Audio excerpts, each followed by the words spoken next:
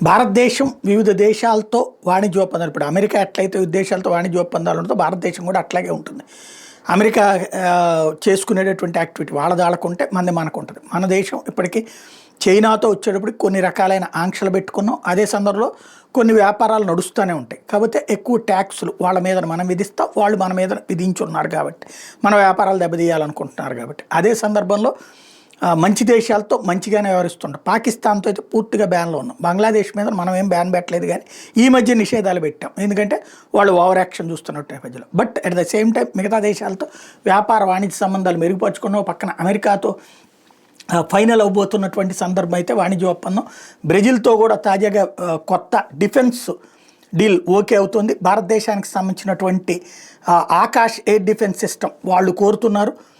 మొన్నసారి ఈ Akash air defence సిస్టమే పాకిస్తాన్కి సంబంధించినటువంటి డ్రోన్స్ విమానాలని దెబ్బతీసినటువంటి నేపథ్యంలో అది కావాలని కోరుతోంది బ్రెజిల్.